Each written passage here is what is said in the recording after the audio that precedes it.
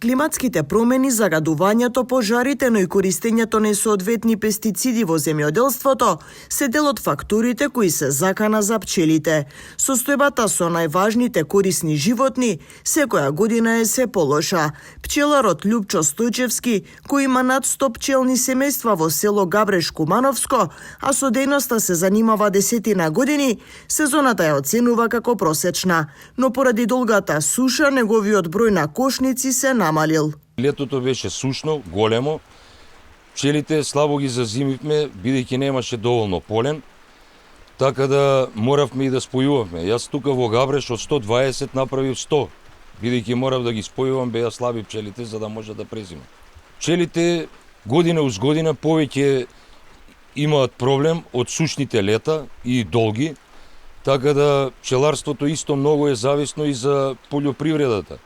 Општо за сите растенија, воќки, тие ја опрашуваат, тие се најголем фактор за опрашувањето, за земјоделието.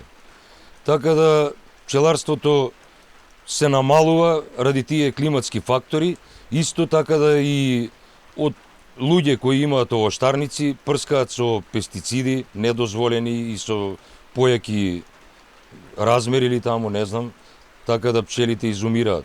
И пчеларот Игор Ангеловски, во чие што семејство веќе е традиција оваа дејност, работи со нешто повеќе од 100 кошници во село Кокино. Лично сезоната вели беше послаба од минатата поради дождливата пролет. Имало мед и за нив и за пчелите, но не во задоволителни количини. Потенцира пчелите се животните без кои ќе нема живот на планетата, но тие се загрозен вид. Вештачки премногу пестициди се измислија, се употребуваат во природата, се прска.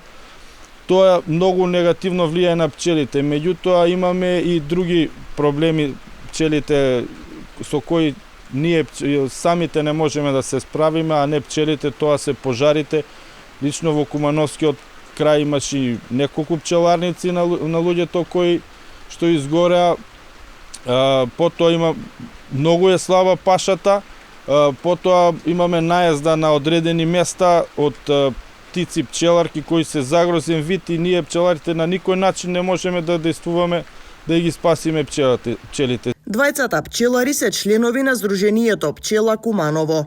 Тие изразија задоволство од активностите и едукацијата. Апелираат граѓаните да имаат свој матичен пчелар. Цената на мед останува иста 600 денари. Имаме голем проблем со медот што се продава, тоа е најверојатно фалсификат или некој еликсир за страдувач, така сахароза или што е тоа, немам поима.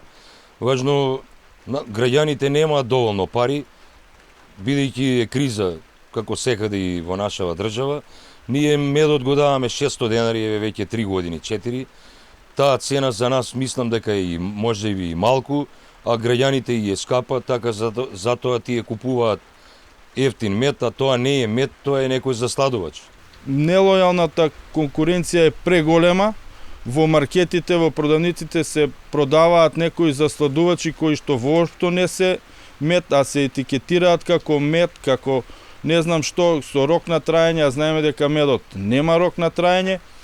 Народот посегнува по тие засладувачи, купува уште повеќе си штети на својот организам, отколку да му биде подобро. Значи, како што споменавме, најдобро е да си имаат пчелар од каде што ќе си купуваат мед и сите други пчелни производи, и перга, и полен, и се што даваат пчелите. Овие пчелари потенцираат и дека имаат проблем каде да го пласираат медот. Апелираат граѓаните да користат мед кој е значаен за нашето здравје.